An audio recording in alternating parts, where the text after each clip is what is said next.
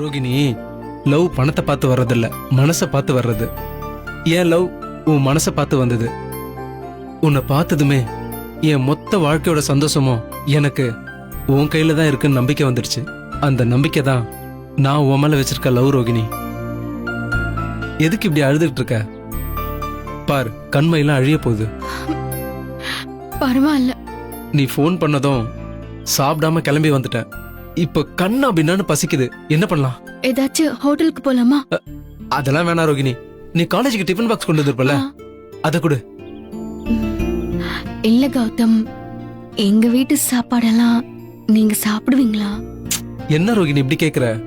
இந்த ஜென்மம் மட்டும் இல்ல, இன்னும் எத்தனை ஜென்மம் எடுத்தாலும் உன் கையால சாப்பிடணும்னு ஆசைப்பட்டுட்டு இருக்கேன். அப்படிப்பட்ட நான் உங்க வீட்டுல சமைச்சதை சாப்பிட மாட்டேனா என்ன? குடு ரோகிணி. இந்தாங்க.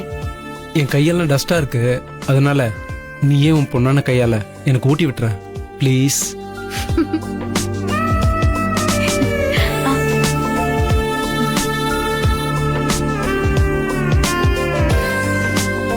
அதை வச்சு விட்டு.